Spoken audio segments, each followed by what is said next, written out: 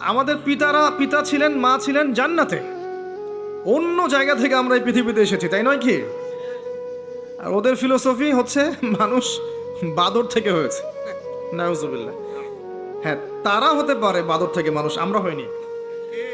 বরং কোরআনে আল্লাহ পাক উল্টা কথা বলেছেন, সূরা আরাফের মধ্যে সম্ভবত আছে। ওই যে শনিবারের ঘটনা, শনিবারে মাছ ধরার ঘটনা মনে আছে? শনিবারে আল্লাহ পাক মাছ ধরতে নিষেধ করলেন, কিছু মানুষ মাছ ধরলো না, কিন্তু টেকনিক খাটালো, মাছগুলোকে আটকে রাখলো। এই অপরাধের কারণে আল্লাহ পাক কি করেছেন? ওদেরকে বানর বানিয়ে দিয়েছেন। তাহলে মানুষ থেকে বানর হয়েছে প্রমাণ আছে, বাদর থেকে মানুষের কোনো প্রমাণ নাই। এখনকার ডারউইনের তত্ত্ব আপনারা হজম করছেন, লিখছেন পরীক্ষার খাতায়, মাশাআল্লাহ। এগুলো কুফরি মতবাদ। কি মতবাদ?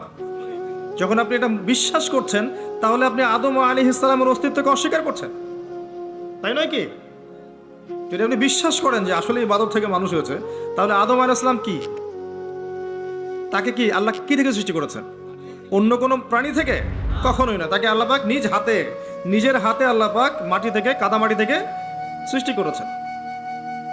আল্লাহ পাক বলেননি মিনহা খালাকনাকুম ওয়া ফিহা নুঈদুকুম, বলেননি ওয়া মিনহা নুখরিজুকুম তারাতান উখরা, তোমাদেরকে এই মাটি থেকে সৃষ্টি করেছি, আবার সেখানেই ফিরিয়ে নিব, এখান থেকে আবার পুনরুত্থিত করব, তাই না? যেভাবে প্রথমবার করেছিলাম।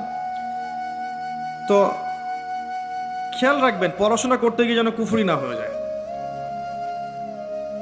তো এই একটা আয়াত আল্লাহ পাক বললেন তোমরা নেমে যাও, কিন্তু হেদায়েত আসবে, যারা হেদায়েত মেনে চলবে তারা আবার জান্নাতে ফিরে আসবে। তারপর আরেকটা আয়াত আছে 39, আল্লাহ পাক বলছেন ওয়াল্লাযীনা কাফারু, তবে যারা কুফরি করবে, ওয়াকাযযাবু বিআয়াতিনা, এবং আমার আয়াতগুলোকে মিথ্যা প্রতিপন্ন করবে, কাযযাবু মিথ্যা প্রতিপন্ন করবে, ফাউলাইকা আসহাবুন নার, তারা চিরস্থায়ী, তারা জাহান্নামের অধিবাসী হবে, হুম ফিহা খালিদুন, তারা সেখানে চিরস্থায়ী থাকবে।